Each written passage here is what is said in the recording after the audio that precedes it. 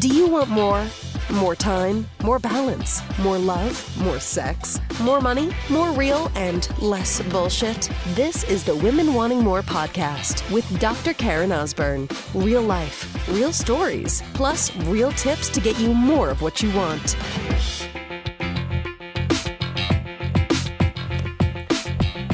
This episode today, sister, what should we call it? You've already seen the title, clearly, but it's going to be something about having a chokehold grip on life.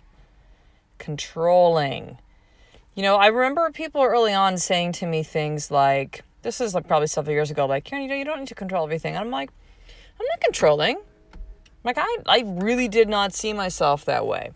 Of like, you know, I saw people who were quote unquote control freaks, right? Where they had to have their hand in every single thing and they had to have a say on every single moment and every single, like, you know, everything was like they had to lock it down, like perfectionism.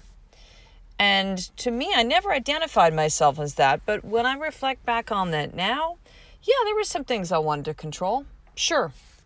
Yep. Just like there are things that you want to control, that you may try to control, but you cannot control. And it pisses you off. And here's how it may show up for you. Let's actually walk here. I'm recording this podcast. Showed up a little bit early for my oldest son Tyson's camp. This is first day today. It's summer camp. I'm sure he's going to have a blast. Went kayaking today. Let's walk for a little bit this beautiful day as we're waiting. Control. Yeah, I didn't think I controlled stuff at all because I didn't fit that profile of the control freak. Right? Things don't go my way. I like explode, have a tantrum, adult tantrum. I'm like, that's not me, so therefore I must not be controlling.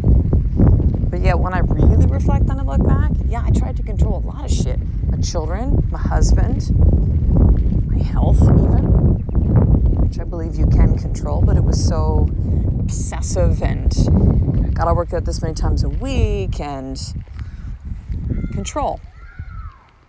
And so I think the question is not so much of like, how do I let go of the control? Because I think that really does come down to you trusting, you surrendering, you understanding that things are going to unfold as they unfold and it really has nothing to do with you. But I think it's more understanding what is behind the control, right? So if I take a look back from when I was in practice as a chiropractor, we weren't interested in someone's just their symptoms. It's like, well, what's happening? Why are the symptoms? What's the cause of what's going on? Not just the effect, which is the symptoms. So what is really behind control? You know what's behind control? Fear. What will happen if I don't show up perfectly? What will people say? Will I be judged? Will they make fun of me? What will people think of me if they actually see that I'm vulnerable? I don't actually know exactly what's going on. What if I don't show up the way that I feel like I'm supposed to show up? What does that say about me? What if I show some chinks in the armor and my children see that and they think lesser of me? Fear behind that control, thinking that you have to have everything locked down and loaded together. And you know what? I've just had this insight, this revelation about control recently. And it's this. When I see people that post stuff online, at least some people that I know as well too, at least I know like on the online space, I've met them at a seminar, but maybe not more beyond that. And I don't ever see anything that's not controlled, meaning it's a sponsored ad, it's perfect looking, it's always about positivity, it is, there's never anything that's vulnerable in it. There is never like oh shit, this is going on, this is hard, this is difficult. I'm not saying every single post, but like they never post that stuff. Every single picture is like perfect looking. I don't trust that person. I don't trust that. So understand that your need to control certain situations, feeling that if I do that, that people will believe me, trust me, like me more, I'm going to have you consider it's actually the opposite. And that whole thing you're trying to do is going to blow up in your face because people will not believe you because it's not real. Because everybody has things they're afraid of at times. Everybody has things that don't go according to plan. Everybody has things that they are concerned about or that they've tried and they've failed. And it's what makes us human. So when you chose to show up all controlled and locked and loaded and every single little wrinkle is photoshopped or Botoxed out, or like everything's perfect looking all the time.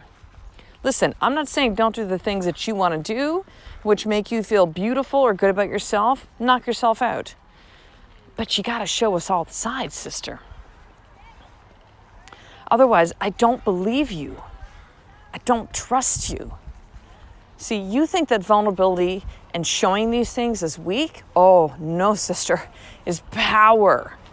It's power like you wouldn't imagine. And I believe it's one of the easiest ways to actually access your own personal power and to receive it from others. Because all you got to do is share your story, which I know that sounds so easy, and it's not easy because a lot of people do it. But that's the reason why that makes it so powerful, because a lot of people don't do it. Do you hear this? Do you hear what I'm saying? A lot of people don't show up this way. So guess what? When you show up vulnerable, like, I'm afraid of these things, I don't have control, I don't know everything that's going on, I don't have all the answers, I feel like I'm fucking up, I failed, I tried this thing, it didn't work, I don't know what to do now, I'm hurting.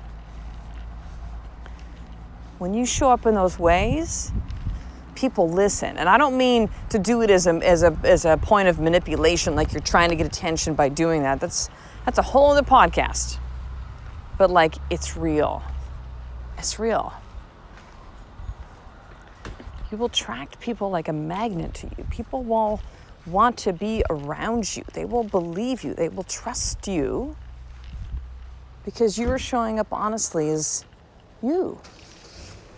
But that means you gotta let all that control shit go. Whew, it feels good to do that too. Really. To be like, you know what? Fuck it. Leaving the kitchen, messy tonight. Although I don't really like that just because it doesn't feel good in the morning. But you know what? I'm not going to show up perfectly in that picture. You know what? Let me put this goofy picture of my kids and I kind of look like shit in it. But like, who cares? Let me share this story with that person that I trust and I love.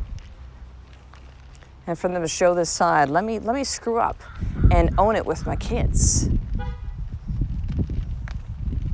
So here's your more tip for today, then, sister. I want you to take a look at something in your life that you're trying to control.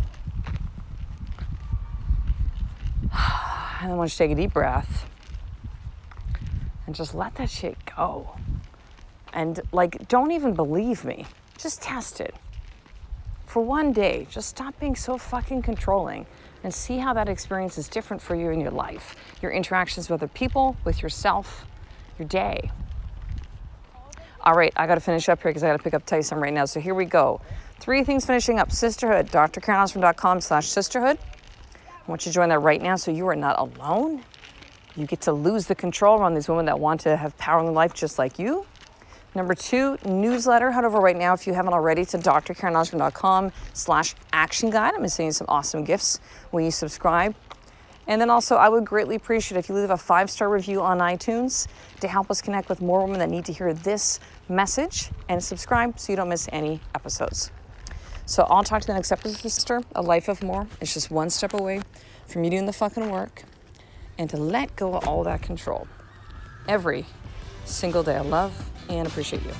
To get the show notes of each Women Wanting More episode, including the How to Get More tip, subscribe to the newsletter at drkarenosborn.com/newsletter.